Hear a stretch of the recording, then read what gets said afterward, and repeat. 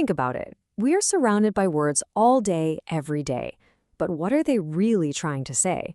So often, the true meaning, the writer's actual attitude, is hiding just beneath the surface. So today, we're going to crack that code.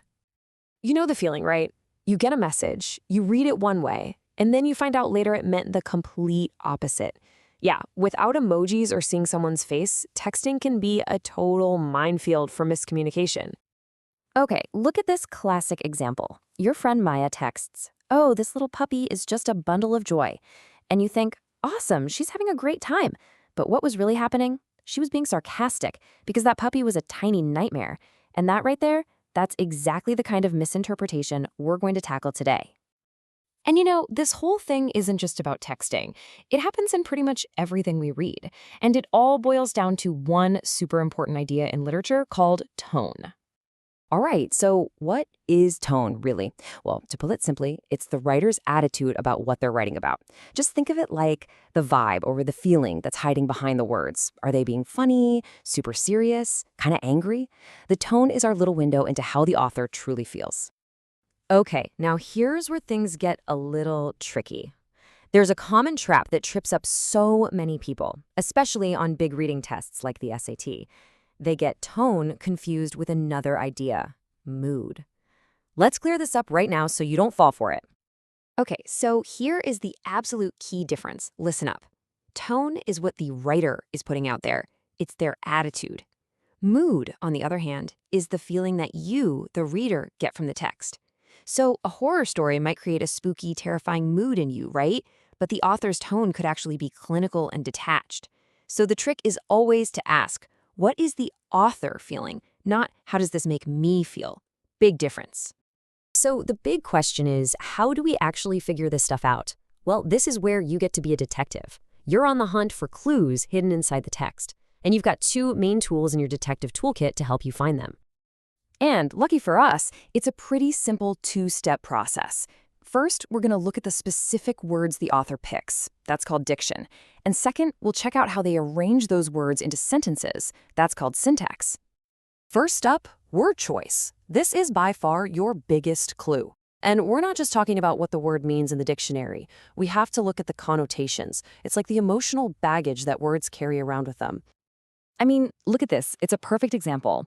The words slender and scrawny basically both mean thin, but slender feels positive, maybe a little graceful. Scrawny, on the other hand, that sounds negative, kind of awkward. See that? Just one word totally flips the author's attitude.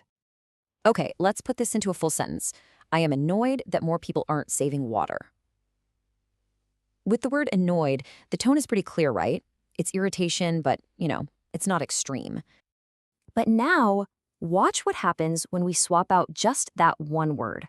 I am incensed.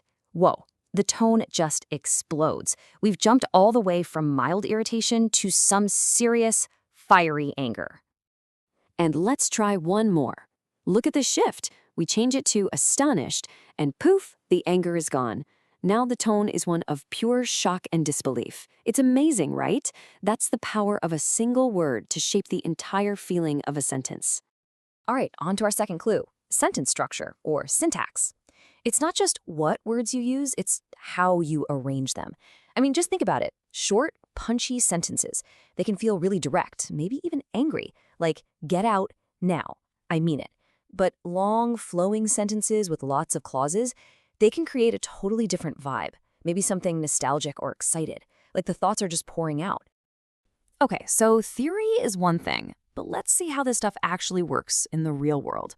We're going to do a quick run-through of a gallery of examples so you can see these different tones in action. Okay, first up, we have a description of a dog in a knitted blue winter outfit. The words the author chooses here, ridiculous, odd. I mean, come on, that's a dead giveaway. The writer's obviously amused by this and isn't taking it seriously at all. That gives us a humorous tone. Now, for this next one, just listen to the phrasing. When an author says things like, I remember with great joy, or it would be wonderful to go back in time, they are painting a really clear picture. That feeling of looking back fondly. That is a classic nostalgic tone. Oh, and this one has some teeth. The writer uses a sarcastic nickname, Mr. Irresistible, and compares him to a snake. These are definitely not compliments. Yeah, the author's attitude is super critical, almost biting. It just comes through loud and clear as a mocking tone. And you know what? Sometimes the tone is, well, a lack of tone. Take a look at this recipe. It's all clear, precise language. 1¼ cups water, 1/3 cup sugar. It's all just facts. There's no real emotion here at all, which is a tone in itself. It's neutral, it's informational. All right, so why does any of this actually matter? Because honestly, being able to read tone isn't just some English class skill.